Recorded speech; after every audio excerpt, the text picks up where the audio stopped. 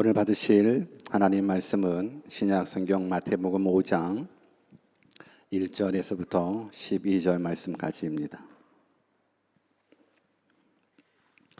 마태복음 5장 1절에서부터 12절 말씀까지, 우리 마태복음 5장 1절부터 12절 말씀을 우리 같이 한번 한 목소리로 합독하도록 하겠습니다.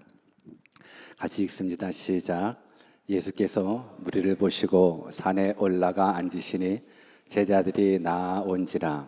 입을 열어 가르쳐 가라사대 심령이 가난한 자는 복이 있나니 천국이 저희 것이미요, 애통하는 자는 복이 있나니 저희가 위로를 받을 것이미요, 온유한 자는 복이 있나니 저희가 땅을 기업으로 받을 것이미요, 의에 줄이고 목마른 자는 복이 있나니 저희가 배부를 것이미요, 긍휼히 여기는 자는 복이 있나니 저희가 긍휼히 여김을 받을 것이며, 마음이 청결한 자는 복이 있나니 저희가 하나님을 볼 것이며, 화평케 하는 자는 복이 있나니 저희가 하나님의 아들이라 일컬음을 받을 것이며, 의를 위하여 핍박을 받는 자는 복이 있나니 천국이 저희 것임이라. 나를 인하여 너희를 욕하고 핍박하고 거짓으로 너희를 거스려 모든 악한 말을 할 때에는 너희에게 복이 있나니 기뻐하고 즐거워하라. 하늘에서 너희 상이 큼이라. 너희 전에 있던 선지자들을 이같이 핍박하였느니라. 아멘. 우리 하나님 항상 좋으신 하나님, God is good all the time. 우리는 하나님의 도움 없이는 1분 2초도 살 수 없습니다. 그래서 고백합니다. I'm nothing. 근데 하나님이 함께 하시면 능치 못함이 없습니다. With God, nothing is impossible. 오늘 그 하나님 말씀으로 만나 뵙기를 다시 한번 주 예수 그리스도의 이름으로 축원합니다. 오늘의 뜻을 정한 인생 248번째 시간으로 가난한 자라는 제목을 가지고 말씀을 증거하겠습니다. 우리 한번 옆에 계신 분들한테 가난하십니까? 한번 인사해 볼까요? 시작. 어때요, 여러분들? 가난하십니까? 가난한 사람 손 들어봐. 그러면 혹시 상처가 될까봐 그런 얘기는 안 하겠지만 뭐 다 가난하죠. 뭐 다 가난하게 생긴 것 같은데, 그렇죠? 혹시 부자처럼 생긴 분 있어요? 다 가난합시다. 오늘은 가난해야 복이에요. 오늘은 가난한 자가 복 받는 날이니까 오늘 저는 여러분들이 이 가난한 자 되는 시간 되었으면 좋겠습니다. 특별하게 2021년을 출발하면서 하나님의 뜻이 무엇일까를 더 말씀의 기준을 가지고 한 번 더 집중해서 들어보는 시간 갖기를 원해서 오늘부터 한 몇 개월 될 것 같은데 우리 마태복음 5장부터 7장까지 일명 산상수훈, 산상설교라고 일컫는 이 본문 말씀을 가지고 하나님의 말씀을 증거하도록 하겠습니다. 특별하게 마태복음 5장부터 7장까지는 예수님께서 친히 설교하신 내용이거든요. 친히 제자들에게 설교하신 내용이기 때문에 여러분, 예수님이 설교하셨다면 그 설교는 진짜죠. 그렇죠? 여러분, 이상한 사람이 설교하는 게 아니라 예수님이 설교하셨다면 그 설교는 진짜입니다. 그리고 그 설교가 예수님이 하셨기에 그 설교는 진리일 겁니다. 오늘 그 진리이신 예수님께서 설교하시는 그 설교 내용, 우리 마태복음 5장부터 7장까지를 우리가 올 한 해 한번 하나씩 살펴보면서 하나님의 뜻을 깨달을 수 있는 은혜의 시간 되었으면 좋겠습니다. 무엇보다도 이 산상수훈은 하나님 나라를 갈망하는 그리스도인들의 새로운 삶의 기준을 말씀해 주고 있습니다. 새로운 삶의 기준입니다. 그래서 여러분들이 산상수훈을 듣게 되면 나의 가치 기준이 깨어져야 됩니다. 나의 윤리 기준도 깨어져야 됩니다. 왜냐? 예수님이 말씀해 주셨던 이 산상설교는 산 위에서 설교하셨다고 해서 산상설교라고 얘기를 합니다. 하나님 기준으로 하나님이 말씀하신 겁니다. 하나님 기준으로. 지금까지는 우리를 교회를 기다리고 신앙생활 하더라도 나의 가치 기준을 가지고 신앙생활했고 나의 윤리 기준을 가지고 신앙생활을 했다면 이제 그거 다 내려놨으면 좋겠습니다. 하나님 기준으로 살아갔으면 좋겠습니다. 이때 아멘 하는 건데 우리 하나님 기준으로 살아가십시다. 우리 한번 옆에 계신 분들한테 우리 하나님 기준으로 살아가십시다. 한번 인사해 볼까요? 시작. 이제는 2021년도 내 기준 살아가지 마십시오. 내 생각대로도 살아가지 마십시오. 하나님 기준으로 살아갔으면 좋겠습니다. 세계 최고의 지성인이라 불러지는 C.S. 루이스라는 분은 이런 얘기를 했답니다. 나는 산상수훈을 별로 좋아하지 않는다. 참 왜 이런 얘기를 하셨을까? 분명히 너무너무 중요하거든요. 근데 이분은 나는 산상수훈을 별로 좋아하지 않는다. 근데 그 이유를 들어보니 그 이유를 그분은 이렇게 얘기하더라고요. 세상에 그 누가 구절 읽을 때마다 망치로 얼굴을 두들리고 맞는 같은 그런 기분을 주는 책을 좋아하겠는가? 그래서 자기는 산상수훈을 별로 좋아하지 않는데요. 좋아하지 않는다라는 건 좋아하지 않아서 산상수훈을 안 읽는다라는 것이 아니라 산상수훈을 읽을 때마다 내 생각이 무너지고 내 가치가 무너지고 내 죄의 깊이가 더욱더 얼마나 깊은지, 죄가 얼마나 무서운지, 인간의 이 짧은 이성이 얼마나 형편이 없는지 읽을 때마다 그냥 구절마다 망치로 얼굴을 두들겨 맞는 듯한 기분을 느꼈다면 오늘 우리도 이 기분 느끼는 건 복이라 생각합니다. 오늘 말씀으로 많이 두들겨 맞는 그러한 복 누리시기를 바랍니다. 그래야 은혜입니다. 오늘 그러므로 말미암아서 오늘 산상수훈을 오늘부터 좀 출발을 할 텐데 예수님께서 친히 설교하셨던 하나님 기준으로 살아가는 믿음의 삶이 무엇인지를 말씀해 주기 위해서 예수님께서 증거해 주셨던 첫 번째 토픽이 복이더라고요. 복. 우리 본문 1절에서 3절을 한 번 더 같이 읽어볼까요? 같이 한번 읽습니다. 시작. 예수께서 무리를 보시고 산에 올라가 앉으시니 제자들이 나아온지라 입을 열어 가르쳐 가라사대 심령이 가난한 자는 복이 있나니 천국이 저희 것임이라. 사람들은 누구나 복받기를 원합니다. 다 복받기를 원합니다. 그래서 지난번에도 말씀드렸듯이 새해가 되면 많은 사람들이 다들 기원하는 게 새해 복 많이 받으세요라고 서로를 축복해 주게 됩니다. 그런데 한번 생각해 봤습니다.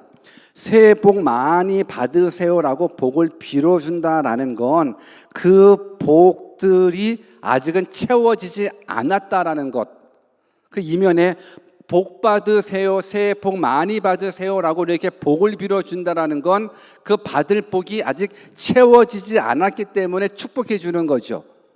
여러분 그래요 안 그래요? 복을 빌어준다라는 건 그 복을 받지 아직 않았으니까 그 복을 받으라고 복을 더 빌어줬다. 그러면 오늘 이 시간에 우리 새해 복 많이 받아야죠. 복 많이 받아야죠. 근데 하나님께서 우리에게도 동일하게 하나님은 우리가 복 받기를 원하시더라고요. 그러니까 모든 인류 사람들이 다 복 받기를 원하시는 게 이게 내 생각, 내 뜻, 뭐 다른 사람들이 복 빌어주는 것 이런 것과 다르게 하나님은 완벽한 복을 우리들에게 허락해 주시기를 원하십니다. 오늘 그 복을 우리 모두가 다 받았으면 좋겠습니다. 그런 의미 속에서 하나님이 주시는 완벽한 복, 하나님이 주시는 참된 복, 그 복을 오늘 산상수훈에서 첫 번째로 말씀해 주시는데 오늘 쭉 읽었듯이 이 8가지의 복이 쭉쭉쭉쭉 나옵니다. 우리 이걸 이제 8복이라고 이야기를 하는데 이 8가지의 복을 우리가 한 단어씩 한번 읽어보면 우리가 생각하지 않는 복이 있습니다. 아니 이게 복이야? 라고 생각하는 그 복 같지 않은 복, 그 복을 또 예수님 복이라고 이야기를 해주시더라고요. 8개의 복이 뭐냐면 한 단어씩만 찾아보면 가난, 애통, 온유, 의의, 국률, 마음 청결, 화평, 핍박. 이제 이거를 이제 우리 하나씩 우리 매주마다 이제 공부하며 말씀을 듣게 될 텐데 그냥 이 8가지의 복 중에서 그냥 나름 그래 온유, 의의, 국률, 뭐 마음 청결, 화평 뭐 이런 것은 나름 복 같아 보이기는 합니다. 그런데 우리의 생각으로 복 같지 않은 복이 있습니다. 그게 뭐냐면 가난, 애통, 핍박. 그런데 예수님은 가난이 복이고 애통이 복이고 핍박이 복이다라고 이야기를 해줍니다. 오늘 여러분들이 산상수훈의 말씀을 통해서 이 산상수훈은 그리스도인, 그러니까 하나님을 갈망하는, 천국을 갈망하는 그리스도인들의 새로운 삶의 기준이거든요. 이 기준은 나의 가치 기준을 깨고 나의 윤리 기준을 깨고 하나님 기준의 말씀이기 때문에 하나님이 가난한 자가 복 있다 그러면 복 있는 겁니다.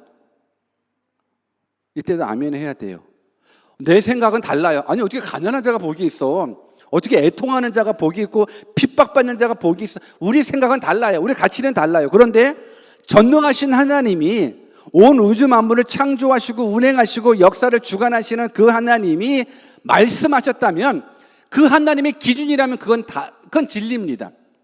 오늘 그 하나님께서 우리들에게 전혀 예상치 못했었던 그 복인데 그 첫 번째 복이 뭐냐면 오늘 본문 3절 우리 같이 한번 더 읽어볼게요. 심령이 가난한 자는 복이 있나니 천국이 저희 것임이요 가난한 자가 복이 있다라고 성경은 이야기해주고 있습니다. 여러분 정말로 가난하면 복이 있습니까? 한번 생각해 보십시오. 우리의 생각으로는 가난하면 행복할 수 없다라고 우리는 정의합니다. 왜? 가난과 행복은 멀리 떨어져 있는 것 같아요. 가난하면 행복할 수 없고 오히려 경제적으로 윤택해야 행복할 수 있다라고 생각을 하는데 예수님은 가난한 자가 복이 있다라고 이야기를 합니다. 그런데 혹 이해되지는 않지만 오늘 본문에는 그냥 가난한 자는 복이 있다라는 것이 아니라 심령의 그래 그건 좀 이해될 수 있겠다. 일반 자가 복이 있다라는 건 이해할 수는 없는데 심령이 가난하다라는 건 왠지 피상적이니까 그래 이 부분들은 뭐 이해될 수 있겠다 생각할 수 있지만 예수님은 이 동일한 말씀을 누가복음 6장 20절에는 뭐라고 얘기를 해주시냐면 같이 한번 읽어볼까요? 시작. 예수께서 눈을 들어 제자들을 보시고 가라사대 가난한 자는 복이 있나니 하나님의 나라가 너희 것임이요. 똑같은 말씀을 해주셨는데 마태복음에서는 심령이 가난한 자는 복이 있다라고 이야기를 해주셨고 누가복음에서는 그냥 가난한 자가 복이 있다라고 이야기를 해주셨습니다. 이 말씀이 혹 우리들 가운데에서는 오해의 소지가 있는 건 확실합니다. 근데 우리가 깨달아야 될 건 성경은 가난 그 자체를 복으로 말씀하지는 않습니다. 성경은 그 가난 자체를 좋은 것으로 얘기해 주지는 않습니다. 가난 자체가 복이 아니라 가난이 복이 될 수가 있는 겁니다. 여러분 가난은 너무 힘들어요. 근데 가난이 복이 될 수가 있고 가난이 화가 될 수 있는데 가난이 복이 될 수 있는 이유는 그 가난으로 인하여 하나님을 붙잡게 된다면 그 가난은 복이 됩니다. 내가 이 땅에서 경험되는 그 가난으로 말미암아서 하나님께 나아갈 수 있는 그 계기가 된다 그러면 그 가난은 분명 복이 되는 겁니다. 가난이 복이 되는 사람이 있고 가난이 그냥 가난이 되는 사람이 있는데 여러분들은 어떻습니까? 가난이 가난으로 끝나기를 원합니까? 가난이 복으로 이어지기를 원하십니까? 가난이 복으로 이어지기를 원하십니까? 저는 여러분들의 가난이 복으로 이어지기를 주님의 이름으로 축원합니다. 그러려면 가난이 복으로 이어지기 위해서는 심령 가난을 경험하셔야 돼요. 심령에 가난한 자가 복이 있나니 저희가 뭘 얻어요? 천국을 얻게 되는 거예요. 그래서 복이 있는 거거든요. 그러니까 내가 나의 가난을 통해서 하나님께 나아가고 하나님께 나아갔더니만 복음이 들려지고 복음을 믿어지니 내가 영원한 생명을 얻고 천국을 얻을 수 있다. 이건 분명 큰 복이에요. 그래서 저는 오늘 이 시간을 통해서 다시 한번 가난이 복이 되기 위해서는 심령 가난이 성경이 말하는 심령 가난을 경험해 봐야 되는데 심령이 가난한 자가 얻는 그 천국의 기쁨을 누리기 위해서는 오늘 가난한 자의 특징을 먼저 우리가 생각해 봤으면 좋겠습니다. 여러분 가난한 자의 특징 뭐가 있을까요? 이 시간에 뭐 또 질문을 하면 또 답하기가 좀 애매하죠. 여러분 가난한 자의 특징 저는 뭐 여러 가지가 있을 수 있겠지만 제가 알아요. 제가 가난을 경험해 봐서 지금도 겪고 있어서 알아요. 가난한 자의 특징. 저는 이 세 가지로, 여러분 이건 꼭 외워 놓으셔야 돼요. 이거는 이따가 질문할 거예요. 퀴즈 시간이 있어요. 가난한 자의 특징, 괴롭습니다. 가난한 자의 특징은 괴롭습니다. 그리고 근데 소망은 있습니다. 그런데 아무것도 할 수 없습니다. 이게 가난한 자의 특징인 거예요. 한번 따라서 해볼까요? 괴롭습니다. 따라 해보십시오. 괴롭습니다. 소망은 있습니다. 그러나 아무것도 할 수 없습니다. 이 세 가지 가난한 자의 특징을 한번 알아봤으면 좋겠습니다. 먼저 가난한 자의 특징이 괴롭습니다라는 것. 예수님 당시에 팔레스타인 그 지역의 가난은요, 어찌 보면 개인의 노력과 관계없이 사회적 구조로 결정된 가난이 대부분이었습니다. 이 로마 사회는 신분제 사회이기 때문에 가난한 자는 계속 가난할 수밖에 없고 부자는 계속 부자일 수밖에 없는 그러한 구조적 조직을 가지고 있습니다. 여러분들은 어느 정도까지 가난을 경험해 보셨습니까? 여러분들이 경험한 가난은 무엇입니까? 아마 절대적인 가난은 경험은 못 하신 분들도 있겠지만 사실 이 가난이라는 부분들은 정말 괴로움이 있습니다. 그래서 한국 사회에 그 가난 때문에 일가족이 목숨을 끊는 사례들이 참 많이 일어납니다. 그러다 보니까 요즘은 가난으로 인해서 일가족의 목숨을 끊는 그런 사례들이 뉴스거리가 안 될 정도로 참 많이 있음을 우리는 듣게 됩니다. 이 가난한 자라는 부분들의 히브리 단어의 뜻 가운데에서는 괴롭힘을 당하고 있는 상태라는 의미가 담겨져 있답니다. 가난한 자는 괴롭힘을 당하고 있는 상태이기 때문에 괴로운 거예요. 가난한 자는 괴로워요. 그렇기 때문에 마치 포로된 자처럼 묶여 있을 수밖에 없고 갇힌 자처럼 자유롭지 못한 고통을 경험하게 되는 거예요. 여러분, 가난한 자는 아프다고 마음 놓고 병원에 갈 수도 없습니다. 가난한 자는 배고플 때 아무거나 먹고 싶은 거 먹을 수도 없고 가고 싶은 거 갈 수도 없습니다. 여러분, 우리 인생 가운데에 정말 이 괴로운 게 뭐냐면 하고 싶은 거 못하더라도 해야 되는 거 못할 때가 더 괴롭습니다. 제가 일전에 여러분들에게도 그런 간증을 한 적이 있는 것 같은데, 제가 유진의 땅에 아무도 연고 없이 이 땅에 왔었을 때 첫 1년은 저 혼자 왔었거든요. 하나님의 은혜로 간신히 1년을 버티며 하나님의 나라 위에서 충성했습니다. 근데 가족과 떨어져 있다라는 부분들은 참 어렵죠. 그래서 없지만, 가진 것 하나 없지만 가족들 와라, 하나님 책임져 주시겠지. 뭐 집도 없었어요. 집도 없는데도 그냥 무조건 와. 그래서 그냥 왔습니다.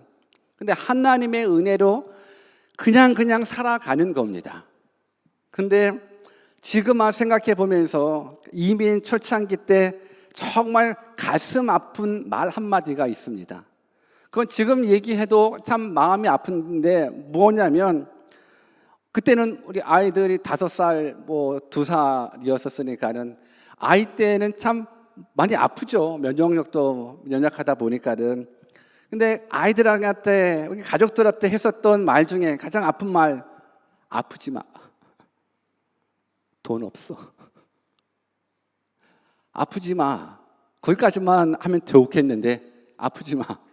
돈 없어. 왜? 이 나라 병원비 장난 아니더라고요. 여러분, 유학생들 병원에 가가지고 한번 입원해 봐본 적 있나요? 와, 상상을 초월해요. 며칠 입원했는데 10,000불.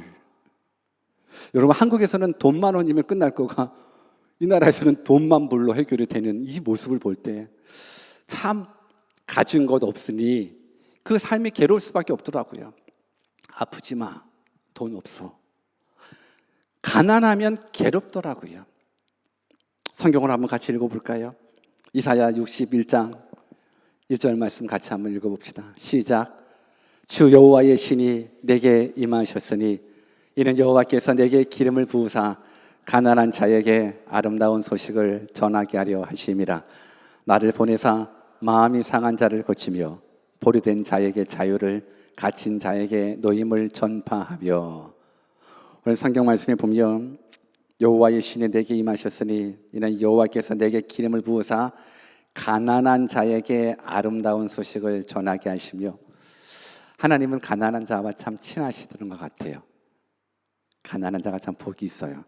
가난한 자에게 아름다운 소식을 전해주기 원하시는 분이 하나님이십니다. 가난한 자는 너무 괴로워요. 갇혀 있는 것 같아요. 포로처럼 자유 없어요. 근데 하나님은 가난한 자와 함께 해주시더라고요. 그래서 가난이 복인 것 같습니다.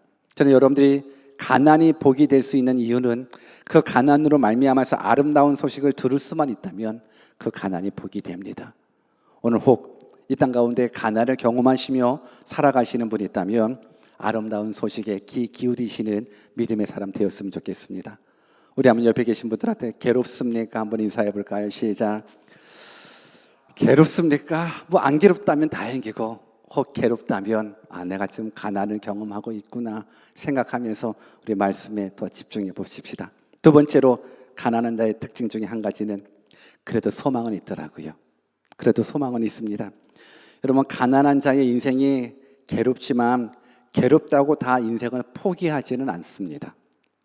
가난하다고 다, 가난해서 너무 괴롭다고 인생을 다 포기하는 건 아닌 그 이유가 뭐냐면 언젠가 이 가난 해결하겠지, 이 소망이 있더라고요. 가난한 자들에게 소망이 없다면 어떻게 될까요? 가난한 자들에게 소망이 없다 그러면 그건 뭐 가난한데 소망이 없으면 절망이죠. 뭐 그럼 삶을 내려놓을 수밖에 없어요. 그렇다고 가난한 자가 다 삶을 내려놓지는 않아요. 왜? 그래도 언젠가 우리 부자 되겠지, 언젠가 내 집 마련할 수 있겠지, 언젠가 차도 구입할 수 있겠지, 언젠가 먹고 싶은 거 먹을 수 있겠지, 뭐 그런 소망을 다 가지고 있습니다. 시편 34편 18절 같이 한번 읽어봅시다. 시작. 여호와는 마음이 상한 자에게 가까이 하시고 중심에 통회하는 자를 구원하시는도다. 가난으로 마음이 상하셨습니까? 우리 하나님 가까이 해주시더라고요. 오늘 특별하게 예수님께서는 가난한 자에게 복이 있다라고 이야기해 주셨는데, 이 소식을 들었었던, 이 말씀을 들었었던 가난한 자들 무슨 생각할까요? 가난한 자가 복이 있다라는 건, 이 소식을 들었다면 저들한테 이 말씀은 위로가 될 거고 격려가 될 겁니다. 하나님이신 예수님의 가난한 자가 복이 있다 그러면 소망이 있을 수밖에 없죠. 오늘 수많은 사람들이 새해를 맞이하면서 소망 가운데 해돋이를 많이 보게 됩니다. 특히 대한민국 땅 가운데에서 뭐 해돋이 보면 뭐 정말 많은 사람들이 바닷가 다 모이지 않습니까? 근데 이번엔 코로나로 인해서 절대 모이지 말라고 막 광고했는데도 불구하고 거기는 안 갔는데 다른 데로 다 모여 있더라고요. 가지 말라는데도 불구하고 꼭 해를 보면서, 해돋이를 보면서 소원을 빌어보려고 그냥 다른 데 모여서 또 코로나를 또 이렇게 확산시키는 그러한 장면들. 여러분, 우리가 기억해야 될 건 그 해가 우리의 소원을 들어주지 않아요. 그 해를 만드신 분이 우리의 소원을 들어주셔요. 믿으십니까? 아무리 해돋이 매일 365일을 보더라도 그 해가 우리들의 소원을 들어주시는 것이 아니라 그 해를 만드신 하나님이 우리의 소원을 들어 응답해 주십니다. 시편 37편 4절 5절 또 같이 한번 읽습니다. 시작. 또 여호와를 기뻐하라. 저가 내 마음의 소원을 이루어 주시리로다. 너의 길을 여호와께 맡기라. 저를 의지하면 저가 이루시고. 성경은 말합니다. 여호와를 기뻐하라. 저가 내 마음의 소원을 이루어 주시리라. 여러분, 하나님을 기쁘시게 하면 하나님이 여러분들의 소원을 들어주십니다. 그러니 가난하셔서 힘듭니까? 소망 잃어버리지 마십시오. 가까이 하십니다. 하나님은 정말로 어렵고 힘든 그 가난한 자들 더욱더 친구 삼아 가까이 해주십니다. 그리고 아름다운 소식 증거해 주십니다. 그 사실 믿고 소망 중에 큰 위로받기를 주님의 이름으로 축원합니다. 세 번째로 가난한 자의 특징은요, 그러나 아무것도 할 수 없습니다로 저는 이게 정의하고 싶습니다. 왜냐? 이 당시에 가난하고 지금 우리가 겪고 있는 가난하고는 좀 달라요. 지금은 가난하더라도 뭐라도 할 수는 있어요. 가난을 이기려고 뭐라도 할 수는 있지만 이 당시 예수님께서 말씀하셨던 가난한 자가 복이 있다라고 말했을 때 그 가난은 뭐라도 할 수 있는 상황은 아닌 거예요. 이 가난이라는 단어의 헬라어의 의미를 또 살펴보니 아무리 열심히 일을 해도 일용할 양식을 얻을 수 없는 상태를 가난이라고 하는 거예요. 그러니까 우리가 생각하는 가난하고 좀 달라요. 우리는 사실 가난하거든요, 그냥. 여러분 가난해요? 가난은 안 하구나, 그렇죠? 우리가 생각하는 가난, 예전에 제가 들었었던, 이게 뭐 진짜인지 아닌지는 모르겠지만 사실 사람들은 가난을 몰라요. 그래서 어린이의 글짓기 속에 가난이라는 주제를 가지고 글짓기한 그 내용이 아직도 기억이 나는데, 가난이 모르니까, 그래서 가난이라는 주제를 가지고 글짓기를 했는데 어떤 아이가 이렇게 글을 지었다고 그럽니다. 우리 집은 참 가난합니다. 우리 집 정원사 아저씨도 가난하고, 우리 집 기사 아저씨도 가난하고, 우리 집 가정부 아주머니도 가난하고, 그래서 참 우리 집은 참 가난합니다.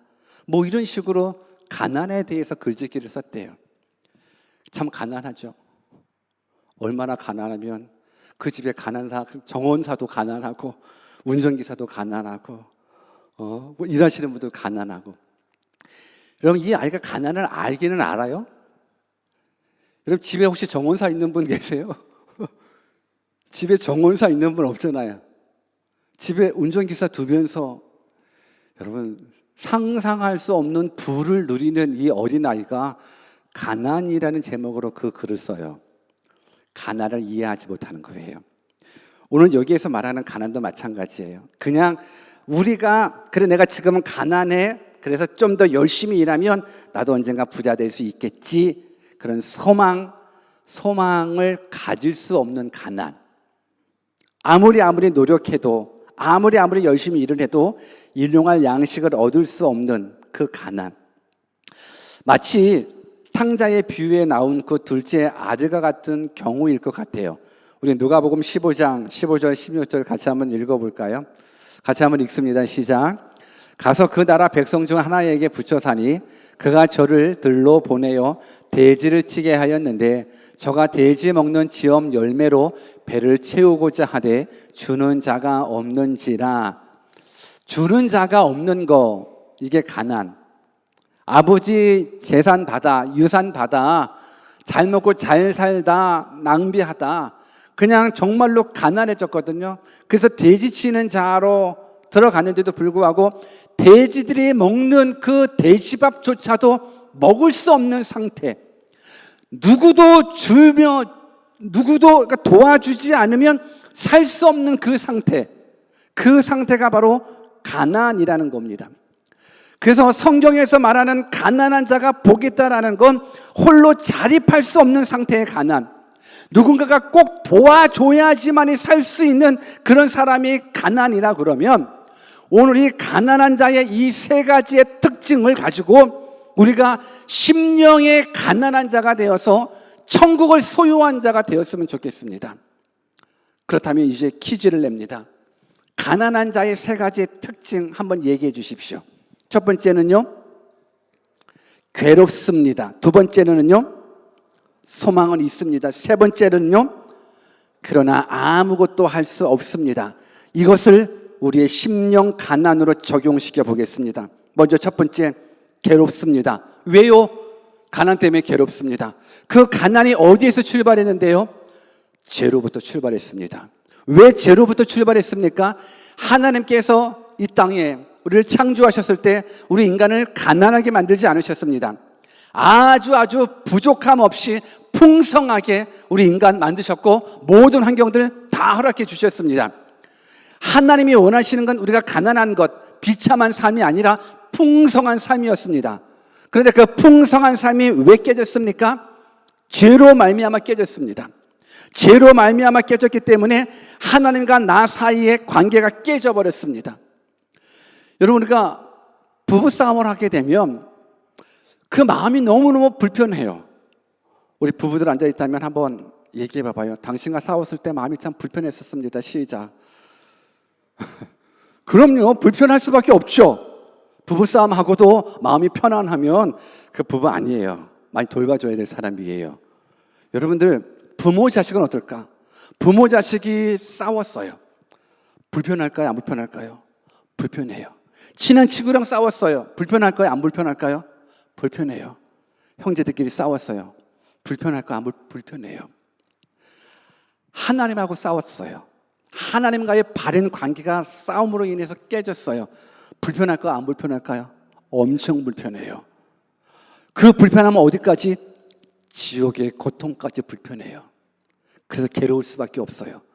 그래서 가난한 자가 괴롭듯이 죄를 가지고 있다는 괴로울 수밖에 없는 거예요. 그런데 소망이 있습니다. 가난한 자가 언젠가 부자가 될 수 있겠다라는 소망을 갖습니다. 우리도 동일합니다. 비록 내가 하나님과의 관계가 깨져서 불편한 부분들로 이 땅에 어렵고 힘들게 살아가지만 그래도 언젠가 잘 되겠지 하면서 오늘 우리에게 특별하게 성경은 뭐라고 말씀해 주시냐면 요한일서 5장 13절 말씀에 보면 내가 하나님의 아들의 이름을 믿는 너희에게 이것을 쓴 것은 너희로 하여금 너희에게 무엇이 있다? 영생이 있음을 알게 하려 함이라. 아, 그래, 내가 비록 이 땅에 살아가지만 영생이 있다라는 것, 천국이 있다라는 것, 언젠가 나 천국에 가겠지. 소망이 있어요. 언젠가 나도 천국에 갈 수 있겠지. 소망이 있는 건 똑같이 가난한 자가 가질 수 있는 그 소망이에요. 그런데 최종적으로 세 번째, 그러나 아무것도 할 수 없다라는 것. 우리가 생각하는 그 가난하고 그 당시 생각했었던 그 가난은 다르다고 말씀드렸습니다. 그 가난은 아무것도 할 수 없는 것. 내가 가난하다 아무리 열심히 일해도 가난을 해결할 수 없는, 일용한 양식을 얻을 수 없는 그 상태가 가난이기 때문에 내가 할 수 있는 일은 아무것도 없어요. 동일할 것 같아요. 내가 아무리 영원한 생명이 있다라는 걸 알고 내가 천국에 가고 싶다라는 소망을 갖고 아무리 노력하더라도 나는 내 노력으로 천국을 얻을 수가 없어요. 내 노력으로 영원한 생명을 얻을 수가 없어요. 이게 가난한 자의 특징인 거예요. 심령이 가난한 자의 특징이 바로 이거예요. 내 노력으로는 영생을 얻을 수 없어요. 아무리 소망해도 아무리 바래도 내 몸부림 가지고는 영생을 얻을 수 없다는 걸 아는 자가 가난한 자예요. 그래서 하나님께서는 가난한 자가 복이 있다, 심령의 가난한 자가 복이 있다. 왜요? 내 노력으로는 영원한 생명을 얻을 수 없기에, 내 노력으로는 천국을 갈 수 없기에 하나님 도와주십시오. 그렇게 간구하는 그 모습이 우리를 사망에서 생명으로 옮겨주기 때문에 그렇습니다. 부자들의 특징은 뭐예요? 부자들의 특징은 내 능력으로 내가 해결할 수 있다라고 믿는 거예요. 여러분, 오늘날 부자들의 특징을 보십시오. 무서울 게 없어요.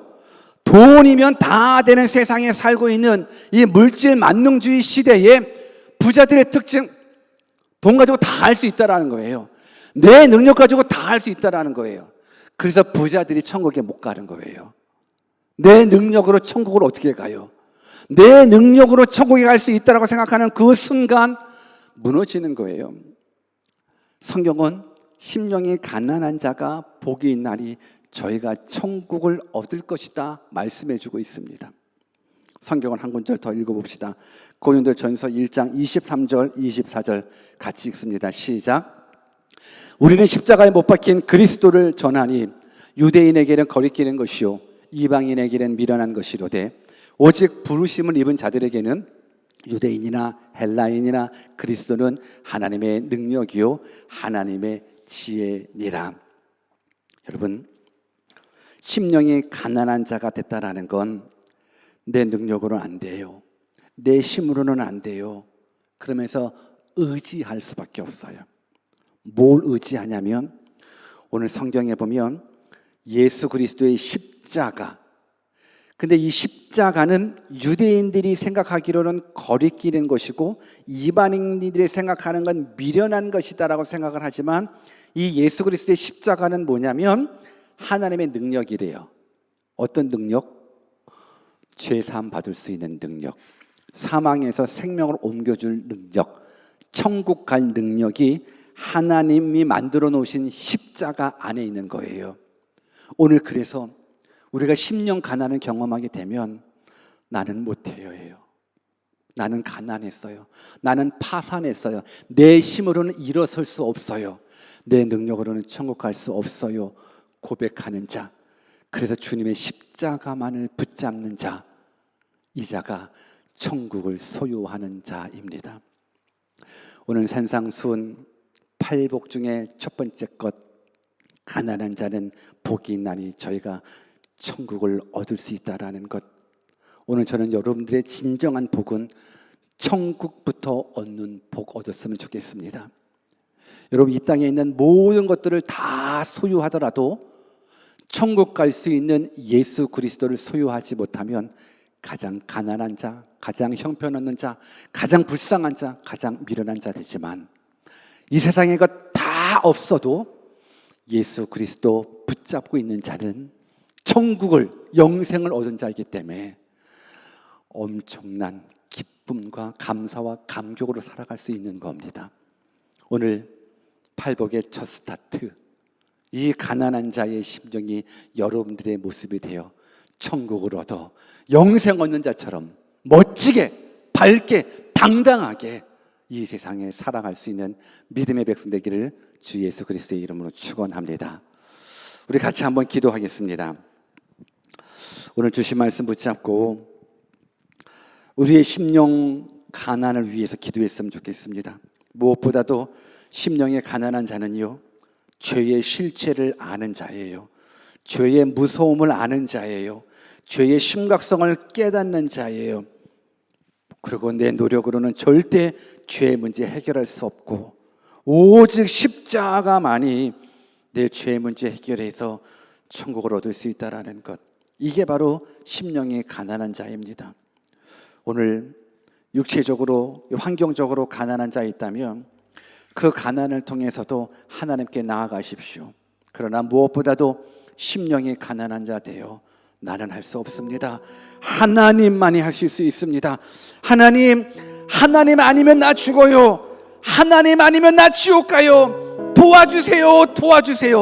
이렇게 고백하는 심령의 가난한 자 되도록 같이 한번 말씀 붙잡고 기도하겠습니다. 기도합니다. 하나님 아버지, 우리의 가치 기준을 깨어주시니 감사합니다. 가난이 복이었었습니다. 지금까지는 가난이 저주인 줄 알았습니다. 내 삶의 어려움이 저주인 줄 알았습니다. 그런데 그 가난이 복이었었습니다. 내가 어찌할 수 없기에, 나를 도와주실 분은 하나님밖에 없기에, 하나님께 매달림이 복이기에 가난은 복이었습니다. 특별하게 오늘 이 시간 가난한 자의 특징을 가지고 우리들의 심령에 적용합니다. 하나님 없이는 우리가 못 살아요. 나의 죄의 문제 아무리 내가 노력한다고 해결할 수 없어요. 아버지 하나님 도와주세요. 예수님의 십자가만이 나의 죄 문제 해결해 줄 수 있어요. 예수님의 십자가만이 나를 천국으로 인도해 줄 수 있어요. 나를 영원한 생명으로 인도해 주실 수 있어요.